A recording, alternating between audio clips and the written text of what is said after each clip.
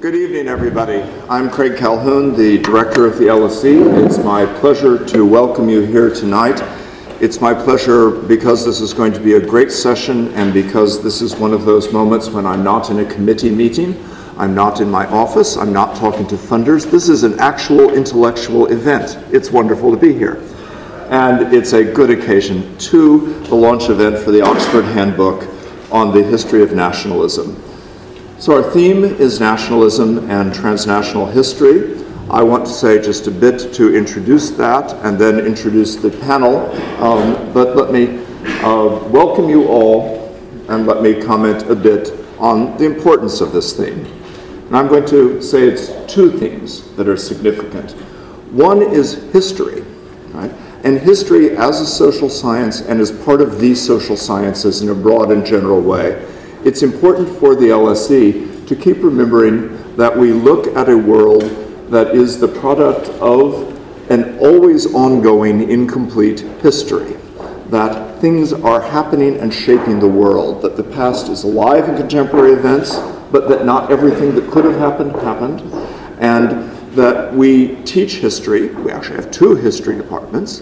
We engage historically in a number of other departments. So there's historical research in government, there's historical research in sociology, there's historical research in a range of programs around the LSE to engage the core questions of how the world is organized and why.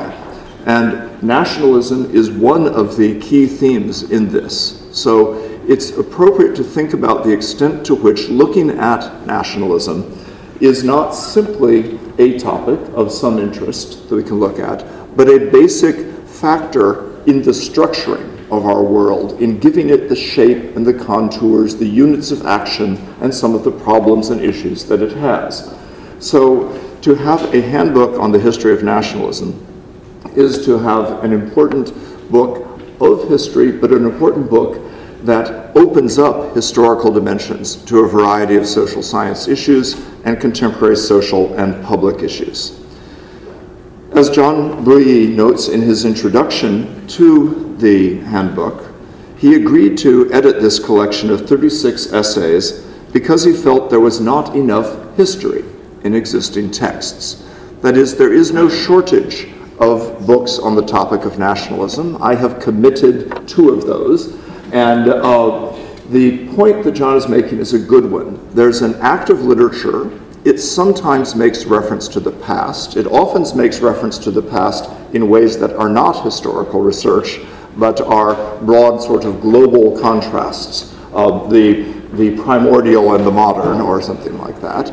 And so John has suggested there needs to be more history in the way we think about nationalism. The goal is to provide a global coverage of the history of nationalism in its different aspects: ideas, sentiments, politics, and through 3 distinct phases of the emergence of nationalism, the age of nation states, and more recent challenges to the predominance of nation states. Essays on everyday national sentiment and racial ideas in fascism are accompanied by chapters on nationalist movements opposed to existing nation states, nationalism and international relations, and the role of external intervention into nationalist disputes within states. In addition, the book looks at the major challenges to nationalism: international socialism, religion, pan-nationalism, that is, nationalisms challenge each other to a certain extent, and globalization, before a final section considering how historians have approached the subject of nationalism. Now let me close as I began by saying this is really important. It's not just one subject among many, but it is something that shapes the way the world in which we deal with politics, in which we collect economic statistics and look at input-output matrices, in which we conceive of what a society is, how that world is organized, as well as how particular movements in politics are organized, and organized today in Britain. In case you haven't noticed, there's been this little kerfuffle over immigration and European Union and the UK Independence Party. These are present-day issues, and they have histories, and they also merit comparison to other ways in which nationalism has become significant. And this informs the range of things we do here at the LSE. Let me introduce our panelists. Mark Hewitson, who will speak first, is the Senior Lecturer in German History and Politics and Chair of the Center for European Studies at University College London. I should say that academics are very nationalist, and we at LSE are absolutely patriotic, but we're sort of liberal nationalists, and we let people come from University College. Mark's publications include books on national identity and political thought in Germany, Germany and the Causes of the First World War. He's also currently working on a book entitled The People's Wars, German Images and Experiences of Conflict, from 1792 to 1914. Faisal Devji is reader in Indian history at the University of Oxford and author of 3 books, Landscapes of the Jihad, The Terrorist in Search of Humanity, and The Impossible Indian, Gandhi and the Temptation of Violence. A book entitled Muslim Zion, Pakistan as a Political Idea is due out later this year with Harvard University Press, and Faisal is currently engaged in work on the history of nonviolence, the globalization of militancy, and the relationship between ethics and politics in modern political thought in South Asia. Speaking last is the man who made this event possible, John Breuilly, Professor of Nationalism and Ethnicity at the London School of Economics and editor of the Oxford Handbook on the History of Nationalism.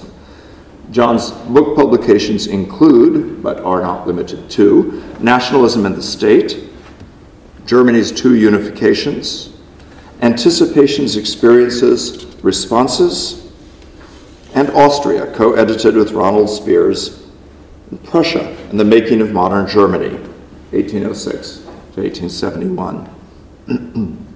John is working on a book provisionally entitled A Global History of Nationalism. But tonight, we will have comments from Mark and from Faisal and a response from John, and we'll open the floor for discussion.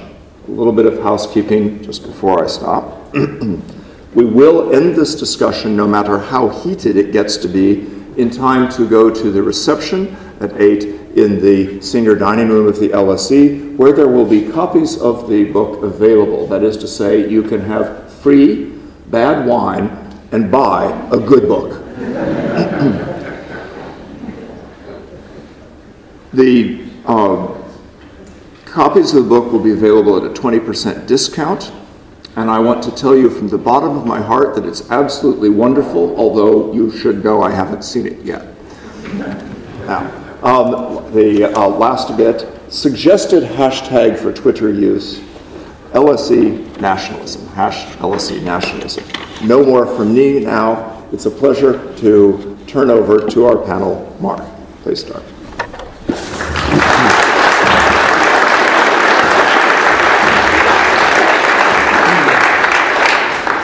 Well, thank you. Thank you for being invited, even though I come from UCL. I'd like to begin with a few brief comments in support of a handbook of this type. There are, as John says, many readers on the subject of nationalism. I'm sure many of you have seen some of them at least, but none to my knowledge on the history of nationalism. And so a book like this certainly more than fills a gap. Historians, in my view, ask questions which are slightly different from those asked by political scientists, sociologists, anthropologists, and specialists in international relations, because of their explicit focus on the emergence, reproduction, absence, disappearance, development, and discontinuity of nationalism over time. This is not to contend, of course, that a social anthropologist such as Ernest Gellner, for instance, doesn't have a historical conception of the phenomenon. Of course he does. Indeed, his entire thesis rests on the transition from the agrarian epoch of human history to an industrial age, characterized, as he puts it, by the presence, not the absence, of the state, which the normative idea of the nation, in its modern sense, seems to presuppose. What Gellner does not do, though, beyond this typology of possible logical combinations of power, education, and culture, which is conveniently tabulated towards the end of Nations and Nationalism, for those who've got a mind to look it up. What Gellin doesn't do is to provide an historical explanation of nationalism, combining analysis of singular and repeated sets of actions of why this or that form of nationalism occurred in a particular region at a specific point of time. To take an example which arises in Montserrat Guiboneau's chapter on nationalism without state in the handbook, why did Catalan nationalists favour a peaceful devolution of powers and financial resources, and at least some Basque nationalists within and beyond ETA countenance a violent struggle for secession and independence? The handbook's analytical distinction between sentiments or identities and ideas or doctrines of nationalism on the one hand, and politics, both internal and external, on the other, during periods before, during, and in prospect after a world of nation-states, is designed to allow these particularizing but still comparative forms of historical analysis to take place. By the same token, the handbook and the contributions within it pose historical questions which, perhaps necessarily, remain open, and I'd like to look at 5 of these questions tonight. Can you speak a little bit louder? Yeah, sorry, I'm not sure how far this is. Maybe I should speak. Maybe I should speak nearer. Is that okay? Yeah. Okay. Unfortunately, I'm going to go like that and see if it works. No, I'm a bit too tall for the mic. I'm going to bend my knees a bit. The first concerns what John Breuilly terms the danger. So the first question raised by the handbook concerns what John Breuilly terms the danger of nationalist methodology. To write a general history of nationalist politics, sentiments and ideas, I agree with John that one must break this conflation of the national and nationalism in order to avoid the pitfall of many historical surveys which treat nationalism as one aspect of national histories. And I should say at this point, the handbook, and John in the handbook, defines nationalism as the political ideology which claims that a unique nation exists, that this nation has a special value and therefore right to existence and recognition, and that to secure this right, the nation must pursue autonomy, often understood as a sovereign nation-state. I agree that histories of nationalism become more critical and therefore more interesting as the differences between nation-states and nationalism become more salient. Most notably after the First World War, which had demonstrated the risks of an unfettered pursuit of national interests and missions, and after the unsuccessful implementation of Woodrow Wilson's democratic principle of national self-determination at Versailles in 1919. And then, arguably, towards the end of the Cold War, in the 1970s and 1980s, at a time of apparent economic and communicative globalization, when international forms of cooperation and organisation, GATT, for example, the Helsinki Accords, or the ongoing reform of the European communities, all of these things seem to offer, to many commentators in the West at least, the best prospect of uniting Western states and controlling the transformation of the Soviet bloc. However, I'm not convinced, and this isn't a criticism of the case put forward in the handbook, but personally I'm not convinced that state-led nationalism can be separated from other types of nationalism. Internally, nationalists, however they're defined, were inevitably confronted with, involved in, and competing with appeals to popular sentiment and policies concerning the creation and reform of purportedly national institutions which had been advanced by governments and other agencies of the state, as Eric Hobsbawm's work on nations and nationalism since 1780, amongst many others, makes plain. Externally, as James Mayall's and Richard Kaplan's contributions to the handbook rightly suggest, the principle of state sovereignty and non-intervention in the internal affairs of states, despite being constantly tested and more occasionally undermined, especially in the period after the end of the Cold War, has nevertheless remained surprisingly resilient, shaping the wider environment in which nationalism emerged and has been maintained. The role of the state, of course, begs the wider question of whether nationalism was, and is, necessarily or primarily political, involving powers, whether institutional or legal, designed to enforce a putative nation's right to exist as an autonomous entity. Yet is this plausible? What creates group identities or instances of national consciousness which are coherent or compelling enough to make political action or the pursuit of autonomy worthwhile? John Hutchinson, in the Reader and elsewhere, in the Handbook and elsewhere, argues convincingly for the existence of cultural nationalist movements whose primary aim was the formation of national communities. Revivalism, the recovery and sustaining of national cultures in 18th and 19th century Europe, was combined with religious conceptions of being a chosen people and anthropological taxonomies of national characteristics, which were already widespread by the 17th century, to create a context where neoclassical and pre-romantic intellectual currents invested ideas of the nation with what he calls a political dynamism. Within the Grundtvigian movement in Denmark, which was organised by Lutheran pastors, teachers and peasants, or the Young Ireland and Young Poland movements, which were dominated by students and other educated middle-class men, political institutions were only a means to preserve the national community, and they should arise from that national cultural community, in Hutchinson's view. It's possible to contend that such cultural movements can only be understood in the context of representative politics and even democratisation, where cultural groups and the rights of national minorities could be recognised constitutionally. Equally, one can argue that Montserrat Guibenau's Catalan, Scottish and Quebecois nationalist movement, which on the whole do not strive for independent nation states, exist within constitutional, democratic political orders guaranteeing devolution or federalism.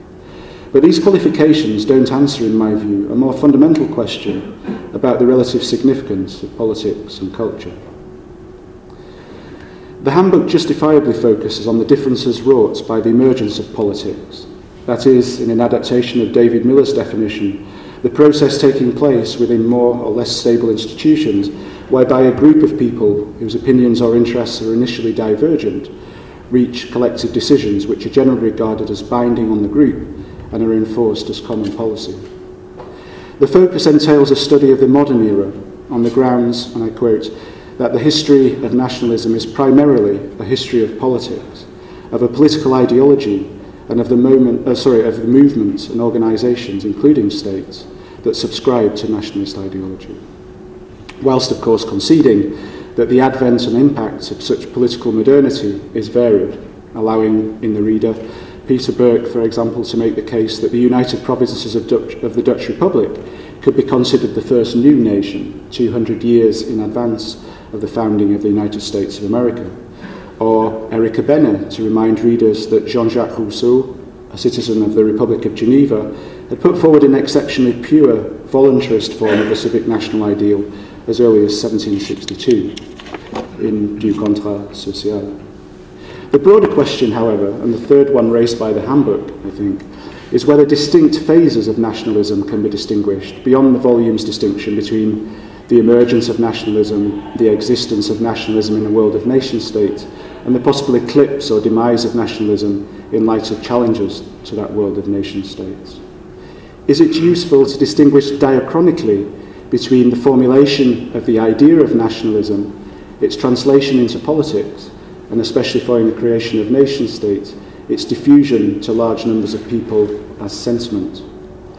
These distinctions, as John Breuilly acknowledges in the introduction, are redolent of Miroslav Hock's distinction in social preconditions of national revival in Europe between Phase A, a period of scholarly interest, Phase B, a period of patriotic agitation, and Phase C, the rise of a mass national movement. In many instances, nationalist ideologies seem to emerge after or at the same time as other sets of political ideas, often as a response to contingent political crises, attempts at reform, war, or invasion.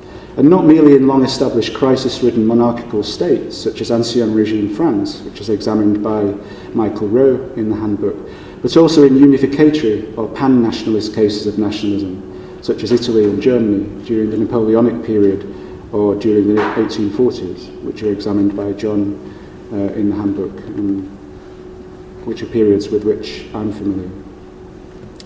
It might be true that secessionist types of nationalism, the Slovak, Czech, Lithuanian, Estonian, Finnish and even Norwegian cases, which are investigated in social preconditions, usually conform to the phases that Hrock identifies. This tendency can only be established, however, through an extensive set of comparisons, which is the approach that Proc favours. The subtitle of Social Preconditions in English being a comparative analysis of the social composition of patriotic groups among the smaller European nations. It's quite a mouthful. It's also the approach adopted by the handbook, perhaps in spite of its editor's fear that historians' case studies are, and I quote, rarely generalised beyond the national frame or used for explicit comparison, and that as the cases and their variations multiply, they outrun the capacity for systematic comparison.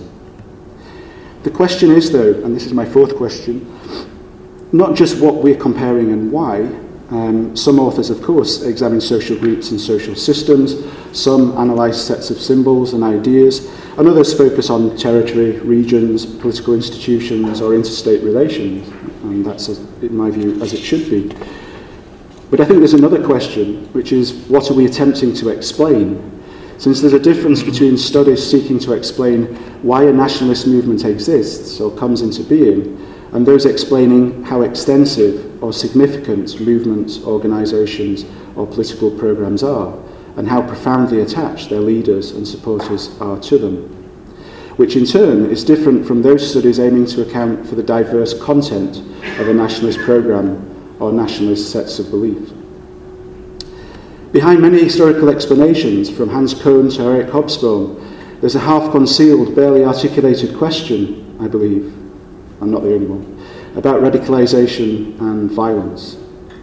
Why did some nationalists come to harbour extreme views and to countenance terror and slaughter?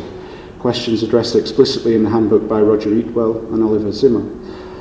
And why were supporters of apparently more moderate or banal, but not, as Michael Billig has rightly warned, necessarily benign forms of nationalism, so ready to die for the cause, as British, French, German and other soldiers seem to prove in 1914?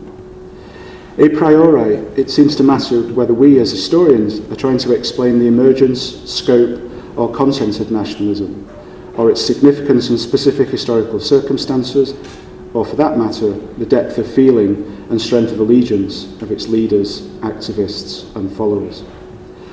All of which brings me to my last question concerning the oft-decried and variously explained eclipse or superseding of nationalism in the context of various challenges to the nation-state.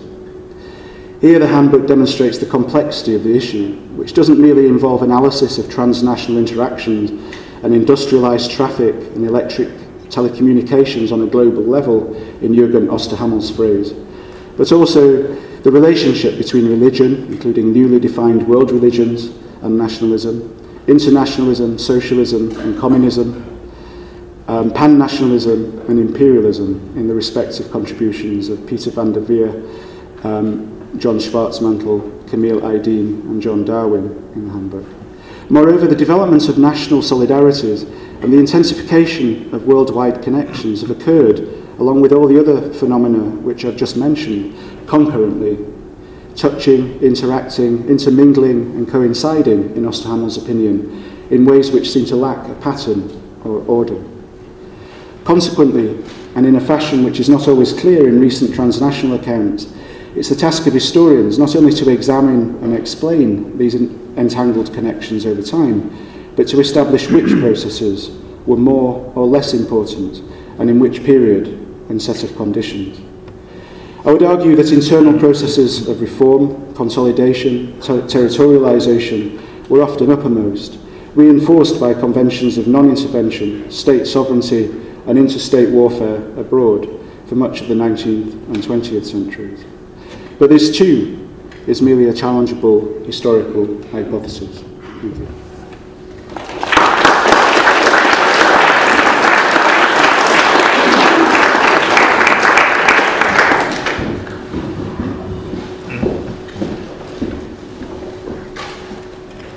Well, first of all, let me say how full of admiration I am for this volume, which is certain to become a standard work of reference. I haven't read all the chapters in it. The ones I've read have really impressed me greatly. What I'd like to do today is to focus on two significant categories that are discussed among many of the papers in this volume. One, that of the international community as a context for nationalism or the nation state, and the other, the globe or globalization. James Mayall's wonderful paper in this volume describes how it is that international society, as a collection of apparently sovereign states, sovereign in the old-fashioned sense, comes to be gradually displaced, though never completely displaced, by an idea of the international community. And in this process, of course, the idea of the nation as a community comes into a strange and ambiguous relationship with the international community as a community possibly of a similar kind.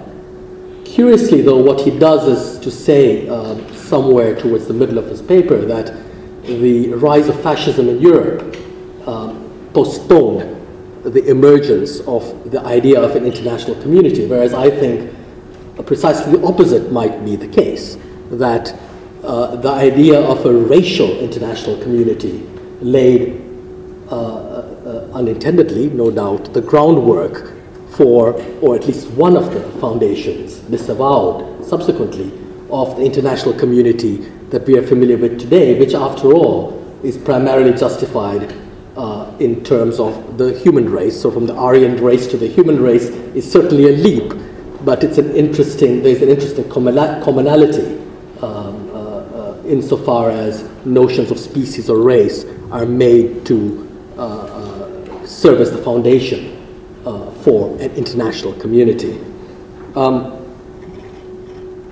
What I think is interesting, certainly in the post-Cold War period, about the way in which the human race comes to serve as such a foundation for an international community is the fact that it's no longer simply a regulative ideal. You know, we're not talking about humanity in a kind of, say, 18th or early 19th century way, but rather as an empirical and enumerable fact. All right? The moment that the human race becomes countable, it becomes a certain kind of empirical reality.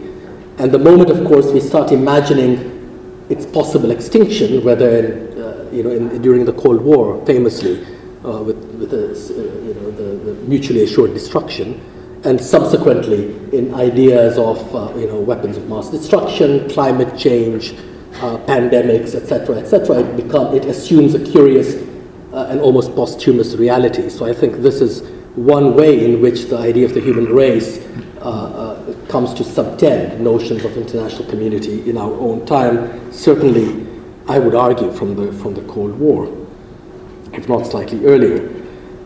And this, I think, is not about the international community displacing the national community, but something much more ambiguous, I think, is going on here. Because the question that is posed, I think, fundamentally is one of who or what set of institutions might be able to represent this thing called the human race or humanity, which is, of course, forever being referred to and constantly being referred to, whether we're talking about intervention, military intervention, or medical and other forms of intervention. It's always humanity and the human race that comes to the fore. To shamelessly refer to some of my own interests, I would argue, for instance, that one of the ways in which militants belonging to this vague movement called Al-Qaeda operate, at least theoretically or ideologically speaking, is precisely by saying that the Muslim community serves as a kind of miniaturized version of the human race, and that they themselves as individuals are making the ultimate sacrifice on behalf of the human race, which is why when you look at the various pronouncements of Osama bin Laden and acolytes, you see such an interesting coming together of these languages of sacrifice and Islam together with that of humanity and the human race. I think it's too easy to dismiss bin Laden's many evocations of climate change, for instance, routinely referenced, and not only in his public pronouncements, but as we find out post-Abbottabad in his private papers as well. It's too easy to dismiss this as mere rhetoric. Al-Qaeda's militants deliberately brought these things together because for them, Islam represented the human race. And they could make this claim precisely because the human race has become a kind of category that no longer, if it ever had, been available for institutional representation, certainly by the nation state. This is true, I think, also of the great international controversies that are created over humanitarian intervention in our own time.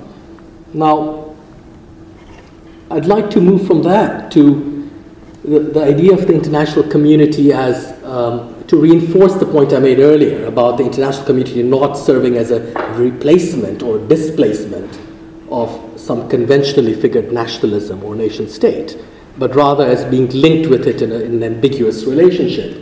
Because it seems to me, and I'm referring here to Montserrat's paper, among others, that the creation of these international institutions, let's say NAFTA or the European Union, actually make possible new forms of nationalism. And a number of authors in this volume make that argument.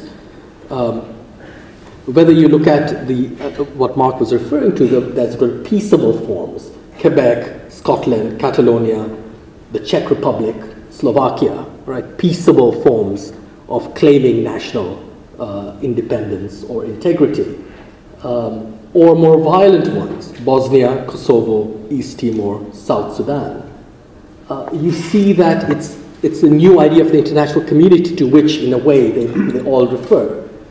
The reason why the EU becomes crucial for Catalonian or Scottish nationalists, because they can conceive of their national integrity within an already existing international order, but apart from England or Britain. Right? That the international community makes possible a kind of independence or integrity without the 19th century sense of full sovereignty. But at the same time, and for Quebec, of course, it's NAFTA. Right? These themes are brought up over and over again in these nationalisms. But at the same time, you have these violent forms which also appeal to the international community, if only by calling for intervention. So you can have a situation where you might have exacerbated nationalist violence, separatist nationalist violence, precisely in order to attract intervention from the international community. So both these forms, I think, emerge, they seem opposing as forms, but they emerge out of this context of the international community. And what goes by the way, what seems to go by the way, is the kind of fully sovereign nation state, arguably a myth, as John argues, as John states, that we are told nationalism is all about. So if you look at what I, to be somewhat provocative, want to call these the great suicidal regimes of the recent past, Serbia, Iraq, Libya, and perhaps the earliest of them all, Panama under Noriega. Here you have this extraordinary situation where regimes that seem apparently to be built on old-fashioned nationalism literally self-destruct because they go up against insurmountable odds. And I think it's difficult to argue that they didn't know, they didn't realize, or they were deluded, or it was an accident, or anything like that. There's something very curious in the self-destructiveness within the context of a newly developing international community of these prior forms of the nation state, which are in many ways, of course, which were Cold War formations that had survived that particular conflict. Moving then to my second theme of a global context or globalization, and the crucial and very fine paper here is that of Jürgen Osterhammer, which Mark has already mentioned. It struck me when I was reading, and it's a very impressive paper to read, as his work always is, but it struck me how interesting it was that a subject like the global, which is everywhere claimed to be something entirely novel, a novel subject for scholarship, seems not to produce any novel methods of scholarship, that we think we can grasp what it is and elaborate what it is by relying upon inherited categories, methodologies, etc. And so many of these seem in fact to be almost 19th century in their derivation. So it's very commonplace to think about globalization in the form of the survey, a classic 18th to 19th century form, right, where you stand on a kind of Parnassian pinnacle and you survey the field before you. It's also explicitly, they tend to be explicitly territorial or geographical in nature, right, rather than, as it were, properly speaking, global, where the metaphors are always those of expansion, as if of the circulation of commodities or of military power. That the ways of thinking about the global seem indistinguishable from ways of thinking about empire or capital. And I think this actually is a problem that we should all think about. I don't have another way of, it's not like I have my own answer to this, but it's, I think, a worthwhile question to consider because it might actually be worth looking at being self-critical about these panoptic and classificatory and indeed, finally speaking, geopolitical ways of thinking about what a global arena might be or might look like. And I think one indication of this is how difficult it is, not for anthropologists, but for a number of historians, to think about a global event or a global situation that is not immediately made comparative. Right? Can you actually look at a particular place, as you think historians should, and say, here is where the global is happening, without immediately referring to flows of various kinds and comparisons of various sorts? Is it possible to think about the global in existential or psychological terms and very particular terms, rather than as a set of data that you collect and that become comparable in an entirely old-fashioned way? I think these are questions that, they're quite basic questions, but they're ones that we all face, not least myself. Because I think otherwise, it's difficult to make a historical investigation of anything that we might choose to give the label global to. And indeed, Osterhammel himself points out how it is that the historiography on globalization seems to have no periodization at all, that people can begin and end whenever they want. You can have medieval globalism, ancient globality, you can have globalization at every level, that there is no agreed upon, not even a minimum set of agreed upon, as it were, temporalities or periodization. And that surely should strike any historian as being a bit of a problem. I think one of the reasons why this is the case is precisely because we are so interested in mobilities and movements and processes, rather than thinking about perhaps immobilities and discontinuities, which are maybe just as important. Let me give you an example of what I mean, some work that I would like to do in future. In the United States, if you look at, say, Islam in the United States, think about an organization such as the Nation of Islam, which I mention in particular because it represents a form of nationality, very intriguing. All right, here is a way, African American population. It's a movement that begins in the 1930s that has, as part of its ideology, a vision of a partitioned United States, where an African American state is going to be created as part of this continental polity. And yet, so far so familiar, you might think, and yet that desire to create an African American state within the United States remains vestigial, right? No one seems to put any real energy into it. What they do put their, as it were, psychological or imaginative energies into is a completely globalized view of themselves, which seems to be entirely out of keeping with their own demographic and political position. All right. So if you take, for instance, the most famous of these figures, Malcolm X. All right. So Malcolm X, we know, starts out with the Nation of Islam. He abandons it. He goes to Mecca, and as it were, becomes a, in quotes, regular Orthodox Muslim. The irony of his doing so in Mecca, a country which at that time still had slavery, I think, should not be lost upon any of us. But what I find interesting is the moment he joins this sort of, as it were, global or international form of Islam, he loses his political imagination in many curious ways. His imagination becomes merely international. Islam is made up of a bunch of countries with a bunch of different people in them. Whereas those who don't do this, so Malcolm X does this, processes mobilities, moving from place to place. He goes to the Muslim world, and he remains merely international. His mentor, Elijah Muhammad, who doesn't do any of this stuff, has this remarkably global image of the position of his people. From the evil scientist Yaqub, who creates the white race by splicing genetic material, recessive genes together, right, to Ezekiel's wheel, which is circling, or the mother plane in outer space. It literally is a global imagination, and yet it's not tied to movement, dispersal, etc., at least not in this historical period. So I think, I'm contrasting these two figures just to show that the global imagination might be a more appropriate and important factor of, as it were, sedentary populations, or populations that move within a certain country, than of the merely international vision of someone like Malcolm X. And I'd like to end then by suggesting that, if you will, properly global categories like the hemisphere of great political importance from the Monroe Doctrine onwards, right? The hemisphere, the planet, the human species are not, in fact, territorial categories at all.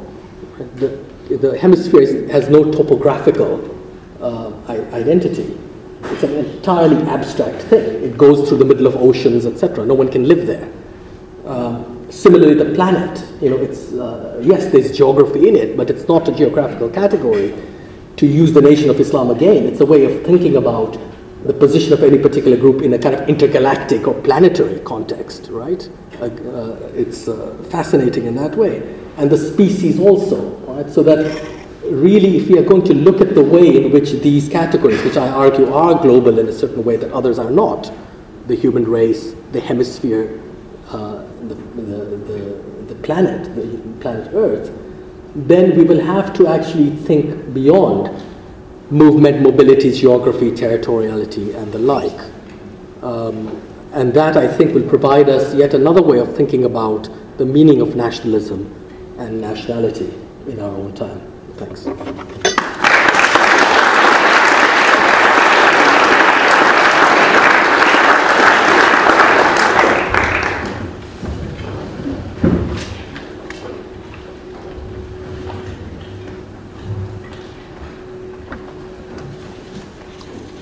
Well, thank you very much for turning out. I'm going to divide my comments into two sections. Firstly, a little bit about the mad enterprise of editing this book, and then secondly, to respond to some of the comments.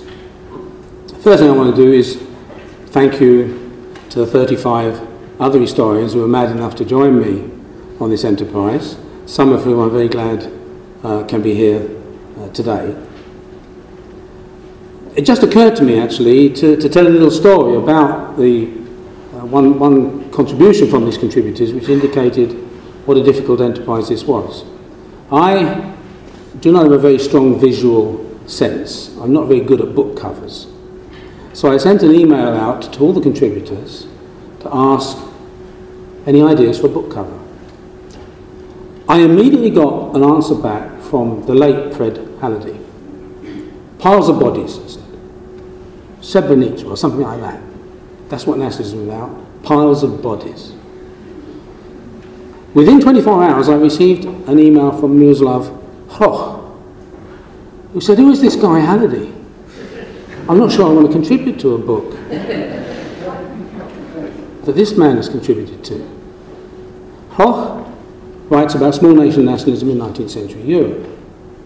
And what Hroch focused a lot of his effort on was the efforts, kind of work that John Hutchinson's talked about in cultural nationalism, of small communities to express their sense of dignity, to stand up to what they saw as large nations which oppressed them.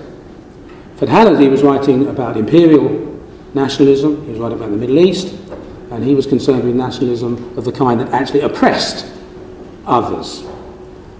We hear about the Janus face of nationalism.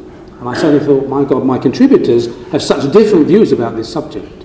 And historians, of course, trying to actually, although my contributors have been very good, trying to get historians organised in any phalanx is like trying to shepherd cats, because historians are concerned with the particular, and they're concerned with the particular in particular ways. So it's quite difficult to actually produce a handbook.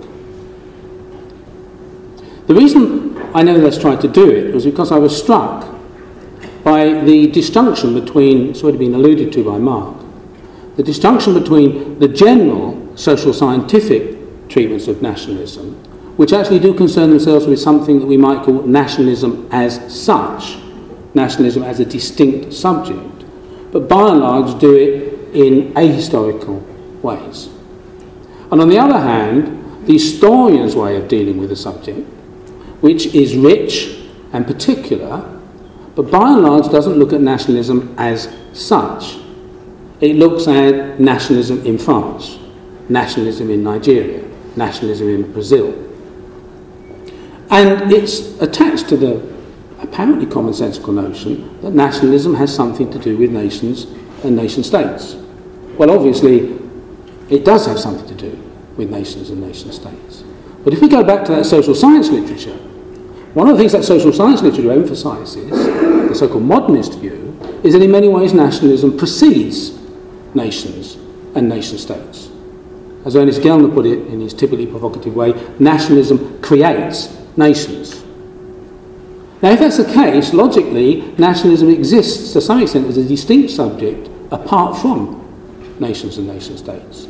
Of course, once nation states are formed, the nationalists that are associated with that celebrate that as the most authentic expression of nationalism.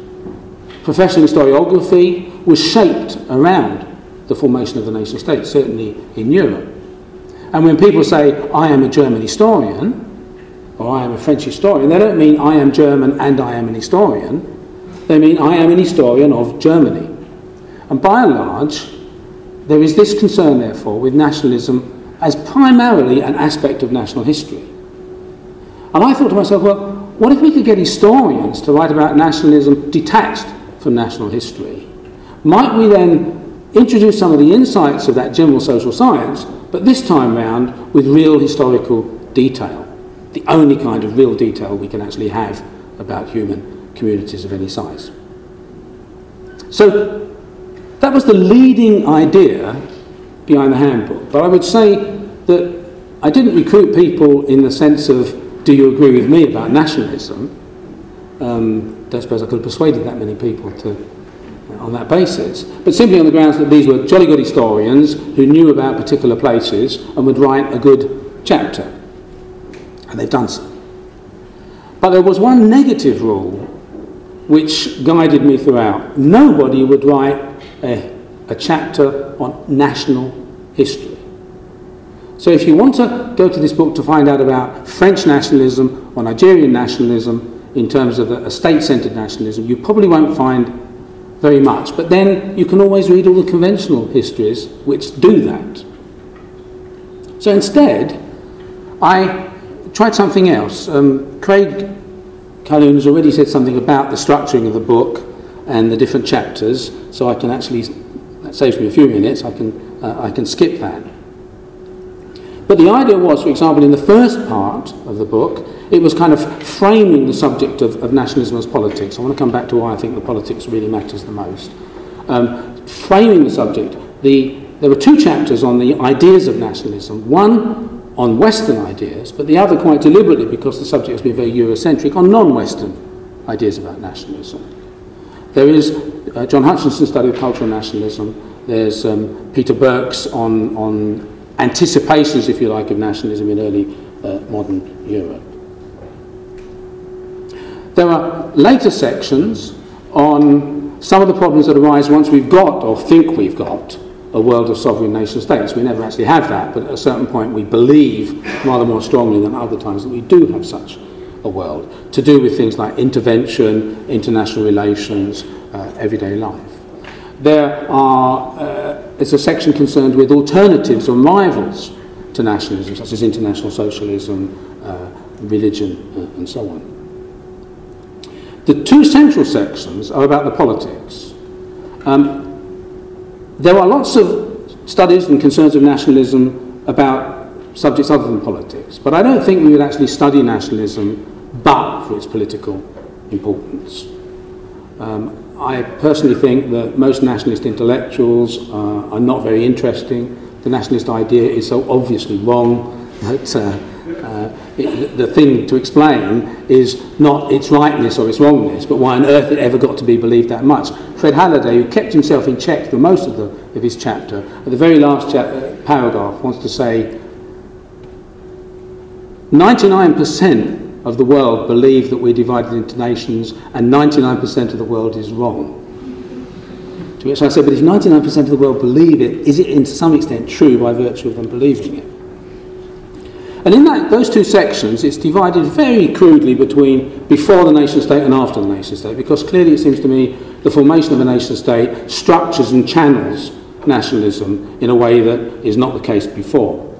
But what I want to try and get across is that nationalism nevertheless remains much more than just that which is tied to the nation state. There are many forms of nationalism which could be called failure, but at a time they were very important and they tell us a lot about the quality of that world. Pan-nationalism, for example, in the first half of the 20th century. The practical problem was, how did I get historians, who by and large most of us have grown up in this national framing, I'm a German historian, how do we break from that national? And the idea I came up with, it's practical as well as breaking with the national, is the idea of focusing on regions. Because historians will know about regions. So,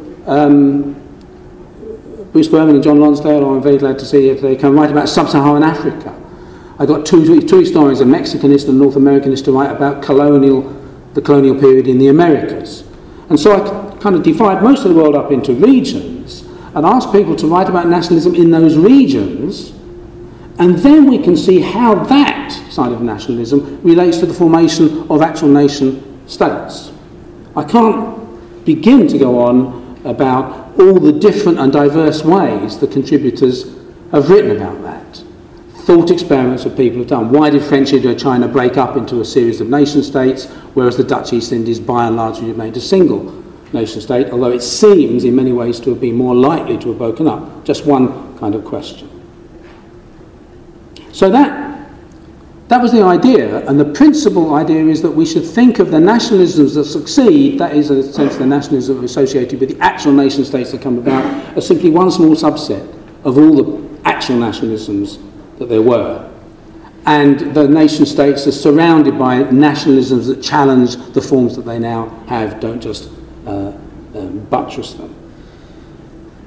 So that's the idea behind the book, and it's only as good as its parts, and it's up to the readers to decide how good that is. Just very quickly, to respond to some of the points, there's too many, too rich for me to do very much. But just quickly, some of the thoughts on what Faisal and what Mark and Faisal had to say. To take Mark, I agree about the criticisms to do with what I would call methodological nationalism, that is, associating nationalism with the national. That is the central concern of the book, in a way. That is the central thrust of the book. In terms of phases, I think Mirza Lachroch's ideas of this cultural stage, then this elite political stage, and then this mass political stage, works very well for the particular class of nationalisms that Mirza Lachroch specialises in. His chapter is on small nation nationalisms in the Ottoman and Habsburg empires. And to some extent, this idea of a group of intellectuals who get together to defend the idea of the Czech or the Finnish or the Flemish national culture, and then a group of an elite who then begin to agitate around that, and then only gradually the movement towards mass movement and strong political demands works for that particular class, and therefore it's really good there. I'm not sure it travels.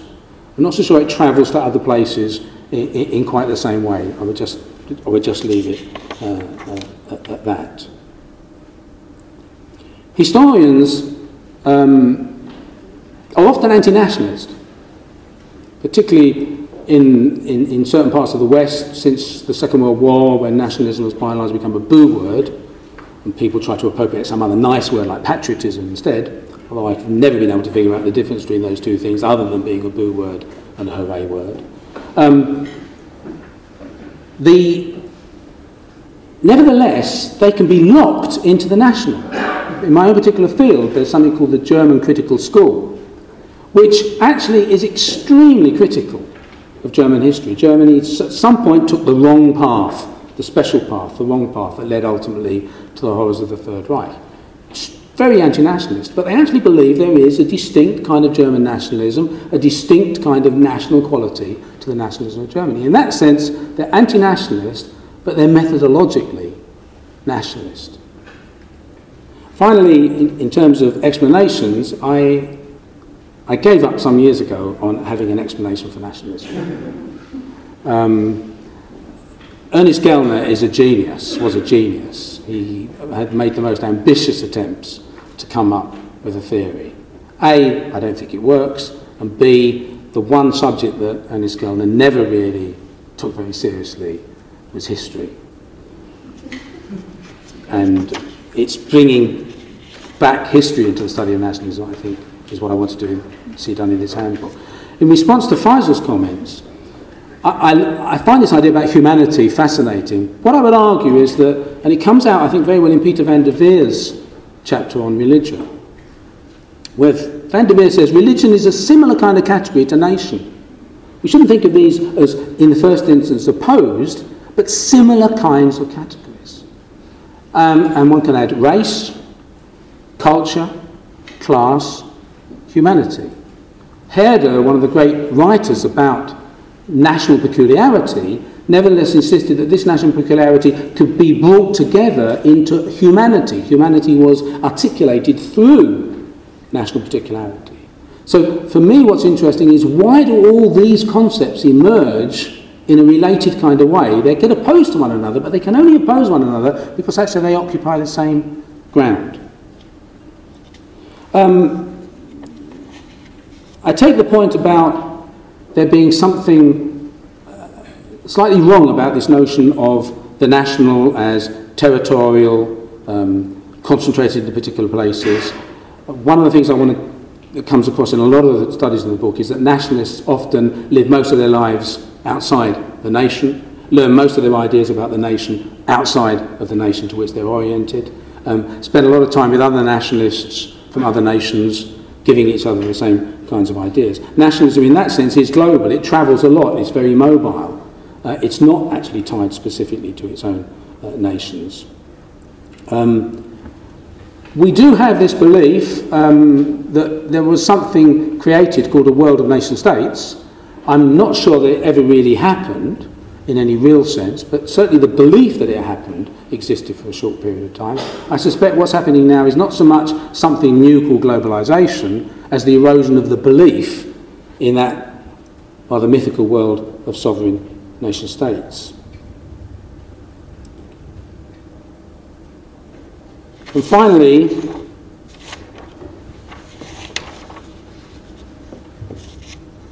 that was pretty much, suicidal regimes. I find that fascinating.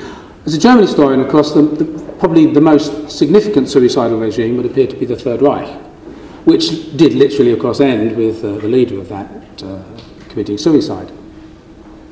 I'm not sure that I buy that idea of suicide, in the sense that I don't think Hitler set out to commit suicide in a bunker in 1945.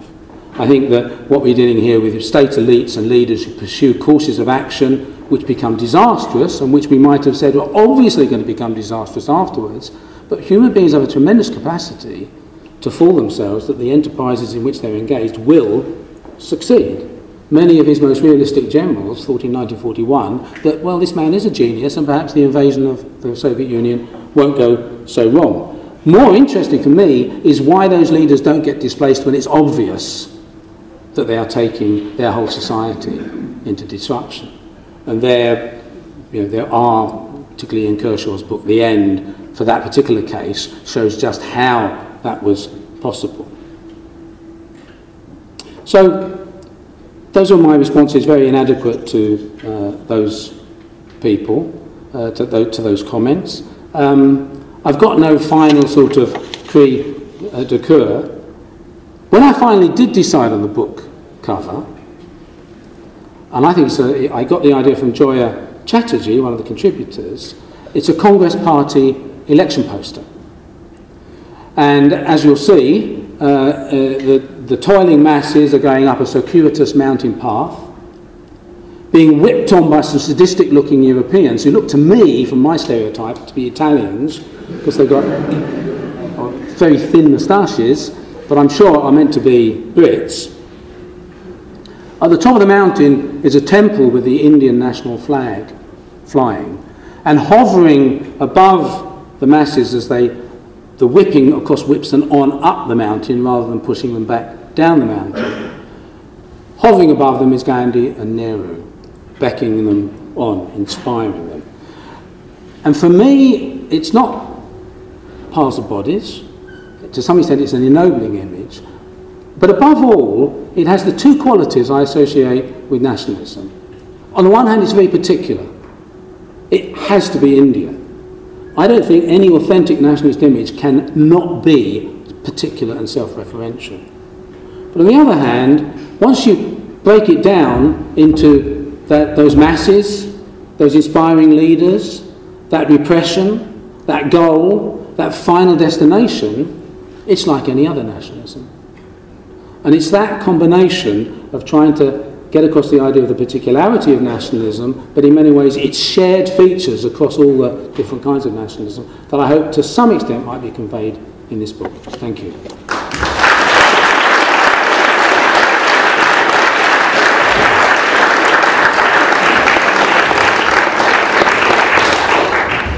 All right, that was great, that was rich, that was interesting, it was occasionally provocative. Now your turn to be great, rich, interesting, and provocative back. We have about 15 minutes for questions. Let's take them down the blazer right there. And please say who you are if you're willing to take the microphone from the red-shirted steward. One issue that hasn't become deceiving is supranational bodies. History tells us that whatever supranational bodies create, be it Roman, Ottoman, Third Reich, British Empire, ultimately they fail. And their lifespan isn't that long. We now have the present problem of the EU, and what will happen there, will it move closer, or will it disintegrate? Does the panel feel it will survive as a supranational body, and if so, in what capacity? Okay, the problems the EU and supranational bodies. Shall I take 2 or 3 of these and then let you answer in turn? Is that okay? Yeah. Black sweater, yeah. Hi, Eric. We're sponsored by the Association for the Study of Ethnicity and Nationalism. I didn't hear the term ethnicity used. I'd like to know how the panelists think the two terms are related, because actually ethnicity seems to be common currency in social sciences, much more so, and nationalism in history. So. Okay. Another question? There's another question in the back, just behind there, all the way to the wall.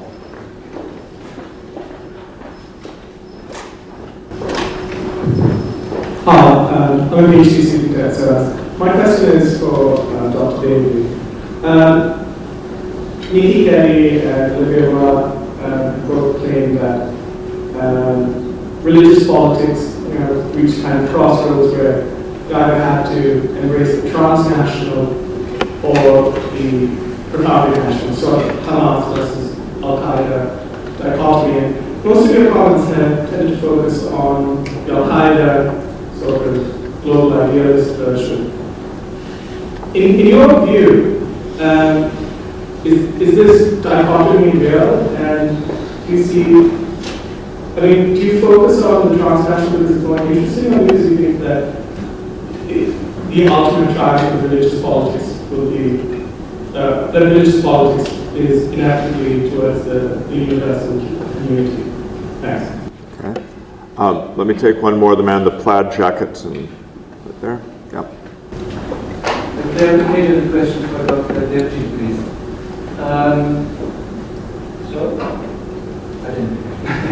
I come from the ASEN Center for Philosophy. Is there a difference between, or do you distinguish between international community and international society? By society, I mean a framework which tries to establish mechanisms for the reconciliation of interests, different interests. The community has the focus in the middle, the church, for instance. What would be the focus when we talk about humanity?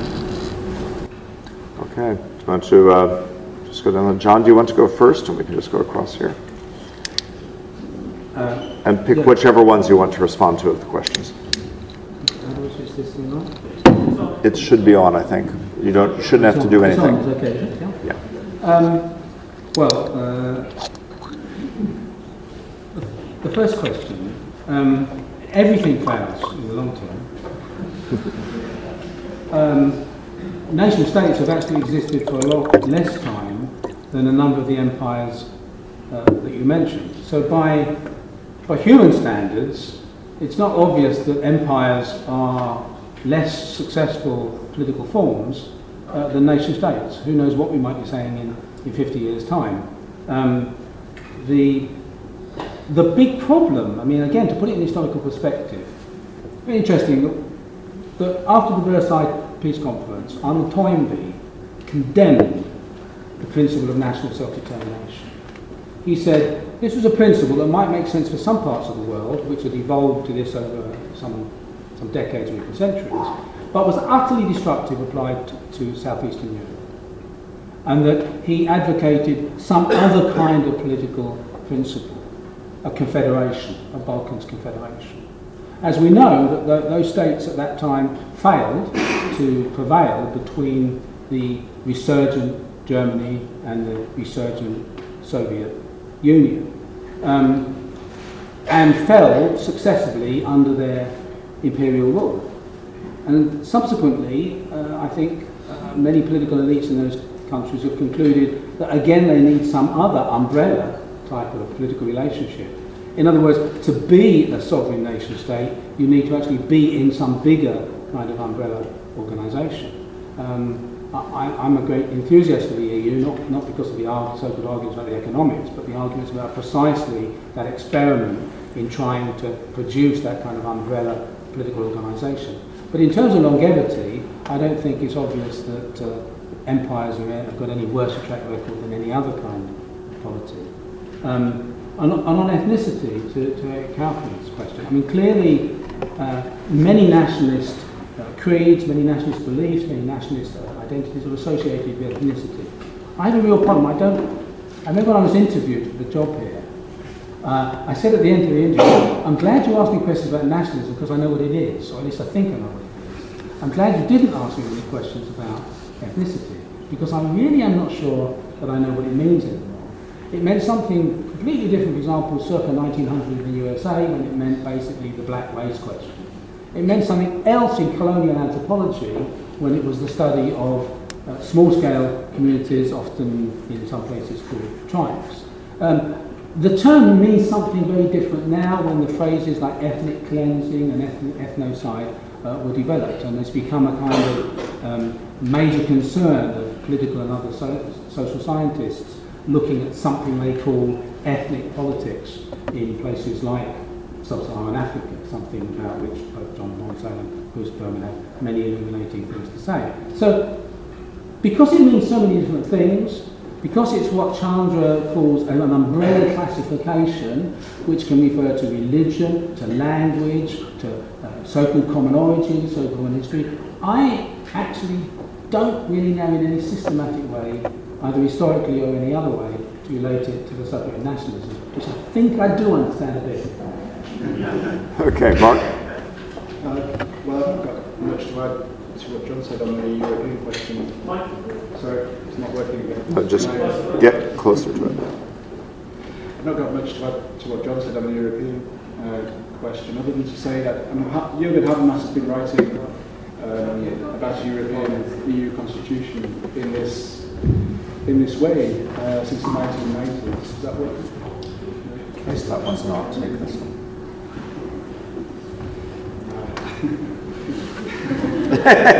Powered up now. Habermas argued from the 1990s onwards that the nation state was, as he put it, a circulatory process of communication, politics, and law, and these things kept going around for about 200 years. It's relatively new in that sense. And the European Union was just starting that process. I don't myself think that the European Union will end next 10 years. On the question of ethnicity and nationalism, I think a couple of the contributors argued that ethnicity was a group, a potentially national group, without political aspirations. They weren't aspiring for some sort of autonomy. I'm not sure that adequately distinguishes the two groups. My own rule of distinction between ethnicity and nationalism would relate to the myths of descent, which seems to all usually, if not always, be attached to ethnicity and not always attached to the concept of nation. Faisal? A couple of words on working. Just take the one that works. Just a couple of words on the EU thing and then move on to particular questions that are asked. I mean, EU is not a phenomenon, if I can call it that I work on, but what, from outside the study of it, what strikes me about this curious organization is that it's, while being something greater than a trading bloc or a military alliance, it's not one that has, so it's not NAFTA, it's not NATO, and yet it's not an organization that has, as it were, sovereignty in the way that we recognize it. And that's what makes it so such a butt of jokes in the United States in particular. I think Robert Kagan's book, what it is now called. The EU can't really do anything because there's no decision-making capacity, because oddly it's made up of sovereign states that still claim sovereignty. What I think is interesting about it is that it seems to give rise to a kind of renewed movement of civilization. The idea of European, speaking of Habermas, we mentioned the recently resigned Pope. I think there's a new one already happening now. The recently resigned Pope. These and many others, of course. The idea of European civilization seems to have sort of come in to or been revived with all its imperial connotations, which I think are worth exploring, and I think have meaning in this situation of a really quite unique agglomeration of states, which yet has no sovereignty built into it. About ethnicity, I think this too is a really changeable thing. If I look at my area of primary concern, India, it seems to me that here is a country which is unusual in many respects. One of the ways in which it's unusual is that tens of millions of people, Indians, have no language to communicate with tens of millions of other Indians. I mean, it's not simply the diversity and size of the country. It's a country which has no even mythical ethnicity, no shared language at all, unless it's English at the elite level. And yet we don't say it's not a nation state. And it strikes me that now my colleague at ASEN has made this argument that the interest of Indians, of many Indians politically, is not in ethnicity or indeed nationality, it's democracy. It's the idea of democratic institutions that has come to the fore, and not anxieties about who we are as a nation. And equality, oppression, etc. So here we're talking about a vast nation state that doesn't seem to possess at least some of the major usually accepted contents of nationalism that seems to have actually, at least in certain major instances, moved outside their purview. About the two questions that were asked me, the so-called dialogue transnationalism, I mean, I think I've always said this in my own work, Al-Qaeda is not just a transnational, but a transitional phenomenon. It's no longer really with us. It's a post-Cold War phenomenon in a way that comes out of the Cold War. It doesn't have its own, as it was, peculiar history. Its consequences are very significant, and I think they're significant not simply because of security issues, but rather because they seem to have, well, first of all, pushed the Islamists off the map as far as radicalism is concerned, and pushed them in a really highly conservative direction, conservative not simply socially conservative as they always were, but economically and politically conservative as well. they too were Cold War remnants. And you see their inability to deal with the world that exists around them, for instance, in Egypt or in Tunisia. So these are the supposed successors of the Arab Spring, we were told. And yet, to my mind, they see very little in them. The other thing, of course, is that the Arab Spring is also interesting in the way that it takes up some of these Al-Qaeda-like, if you want to use that phraseology, behaviors and transforms them. So you have these mimicking, these imitative demonstrations from one country to another in North Africa, in a similar way in which militant rhetoric and practices used to be mimicked by people who were not connected to each other at all, right? Who didn't talk to each other, who didn't do anything. Similarly, it seems to me in the Middle East. But the mimicking has not resulted in a kind of, it seems to, on the one hand, be the manifestation of that mythical entity which used to be boasted about Arab nationalism, but it never apparently existed. And yet, at the same time, is highly nationalist. Right? So they stopped at borders. It was about Egypt to Tunisia. It wasn't about creating a single Arab state. And so it gave reality, a certain reality to Arab nationalism, while divesting it of its as it were, pan-regional thrust. And it's the way in which the form of the mediated form of imitation gets taken up and absorbed within the national movements that I find interesting there. Of course, in the last question on humanity, I was of course taking this distinction from the very fine essay in the volume by James Bell, International Society and International Community. He doesn't really make a big point about humanity being the substratum or the foundation for international community, but I think that certainly the way in which we use that term, we prefigure humanity in the human race as being part of it. Of course, this has a lengthy history, as John points out, so arguably in the League of Nations, and within, there were these attempts to think about international law as something that, for the first time, would spread across the whole world, and that would in part be about dealing with the future of humanity, however conceived. Today, of course, this has come back to us, partly with the UN, partly with different nation-state organizations. But I think the thing about it is that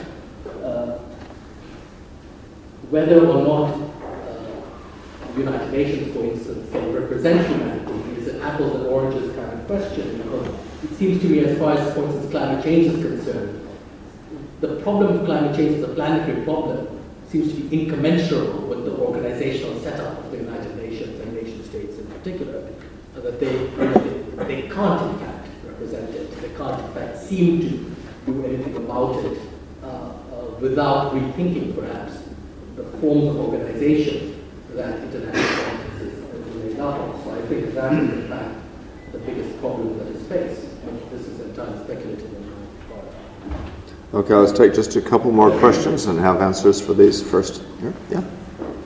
Hi, I'm Bruce Berman, one of the co-authors of this volume now at the University of Cambridge. I want to add a footnote to the comments about Malcolm X because it opens a very interesting issue in relationship to this subject. I have no fear of saying I was the only person in this room who heard Malcolm deliver his last speech in the old theater at the main building of the LSE in 1968. It was a packed house, if I can tell you, people hanging off the rafters, and a very skeptical audience at the LSE in 1968. Nobody's skeptical here now. Certainly about black nationalism. He was on his way back from having done the Hajj. And he stood up and the first thing he said was, I have become a real Muslim. And one of the things that they told me when I consulted with the scholars in this process was, lose the racism.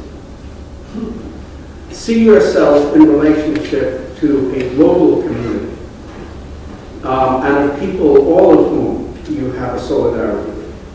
And he then went on to talk talk about American politics, remember this is 1968. This is the Civil Rights Movement. This is the anti-war movement. These are hundreds of thousands of people in the streets on these issues. And he starts talking about the issues of class and imperialism. At the end of which, he got a standing ovation from that audience. 10 days later, he was dead. As we discussed it here at that time, we were quite sure that that shift in his focus was what brought his assassination. As the leader of the Nation of Islam, he was, in the American context, an easily containable extremist figure, making outrageous statements broadcast on the media, and he could be pushed into the margins. Making statements like he heard here in the old theater, he had opened up another issue, and that was the relationship between nationalism and class. And it created, at least for me, a path that now understands nationalism, and particularly ethno-nationalism, as, if you will, an ideology of the European right in order to retain or sustain a hegemony under the threat of class in societies that were in fact being torn apart by the development of industrial capitalism. Thanks. The red sweater in the back over here on the left, my left. Hi, I'm Rami, a humble member of public. Overall, do you find globalization as a useful concept? Okay. All right, let's move to the conclusion then. Any thoughts you have on these comments? And we'll wrap it up. So, you want to start? John doesn't want to start, so let's send it down to you, Faisal. Yes, I have to only working microphones. Thank you for those comments on Malcolm X. I agree, of course, in the sense that the Nation of Islam's ideology, while very interesting, can be also comic to others' ideology. And it remains trapped within a racialized discourse. But the thing about Malcolm X that I find somewhat disturbing is that it's not clear what he got out of the global Muslim Ummah. In other words, going to Mecca, which is a place, and the pilgrimage is not exactly a racially harmonious event. It's entirely hierarchical and deeply racialized and not racist to this day. So there seems to be this strange or willing blindness. And of course, remember who he met. The Saudi king, various dictators, these were going to be his friends. So I don't think he was approaching, as it was, the global Muslim Ummah in the perhaps the best way. So there was a class critique in the US, but in the Muslim world, it was the kings and the dictators whom he was meeting. So coming in from the other end, I think is, and what he or his people gain from it is another question. Because the thing is, to be lost where? To be lost within white America or lost within this thing called the global Muslim Ummah, whose avatars are there to, whether in the form of kings or dictators, are there to converge to the right Islam and compete strictly on whatever it is that you might have. Of course, this is an excessive reading on my part, but it just, I think the interesting point is to note how that politics, as you rightly say, played in the United States in a radical and revolutionary way, and how the invocation of Muslim Ummah, as far as the Muslim world is concerned, is much more problematic and involves a kind of deliberate, seems to be that blindness, without, of course, going on to suggest that Elijah Muhammad and his brand of Nation of Islam or America now is particularly more salutary. About globalization, I think others can speak to it. We are forced to attend to it because, of course, it's become a kind of buzzword, but also a serious object of study and analysis. I find it interesting for that reason, if nothing else, that a lot of people movements that I look at are using this. Not only the word, but thinking about the world differently. Therefore, so that if you're looking at Muslim thinkers, the way in which the idea of world, dunya, for instance, like the world whose antonyms are, this world and the other world, the idea of worldliness, those all get erased when the term globe comes into being. So there's a strange evacuation of older forms of religiosity in this world and the next world. It's not like it entirely disappears, but the use of the terminology of globalization gives an entirely new context to this life. And in that sense, I find it interesting without having to make any sort of true statements about what it is. And that is so that's my own myopia as a literature story.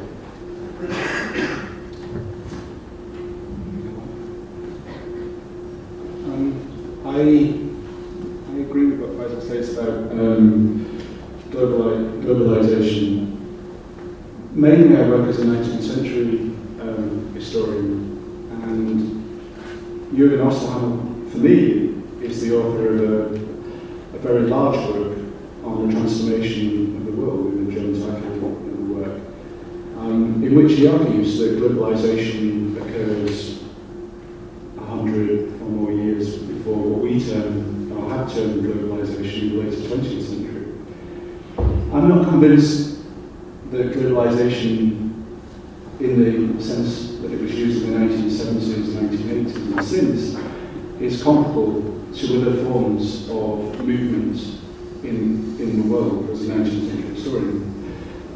It seems to me, in terms of migration, in terms of trade, in terms of communication, 95% of these things, trade, communication, movement, physical movement, personal, is between European states and the United States. Of course, there's an awareness of the wider world, and there are lots of adverts and visual representations of that wider world in lots of different contexts. There are, for example, shipping lines in all the magazines that I work on in the 19th century showed Hamburg and London with great big spiraled web networks to all parts of the world. But to my mind, these networks emphasize the vastness of the spaces between. And it's not, in my reading of Jules Verne's 80 Days Around the World, that this was, in some sense, an expected circumnavigation of the globe. This was an adventure, and this was something, the consequences of which are the events of which were not to be foreseen. So globalization, I think, is a term, it's difficult to compare what Osterhammer used it to describe in the 19th century with the way in which it's been used in the late 20th century. I don't know much to say on X. I would say that the thesis about a shift from liberal nationalism to conservative forms of nationalism, integral nationalism, and so on, are often seen to take place in the late 19th century. And it's very difficult to establish that the attempts to emancipate populations in the name of nations and national representative assemblies, institutions, constitutions, and so forth, it's very difficult to prove in the late 19th century that these things simply disappear and are no longer associated with the terms used to describe nations. Nationalist in French, Deutschnationale in German, seem to be apart from moderate national opinion, and the two sets of languages coexist. And I'm not sure that alters completely during the 20th century, although of course the impact of fascism, national socialism, and racism clearly does have an impact. Tom?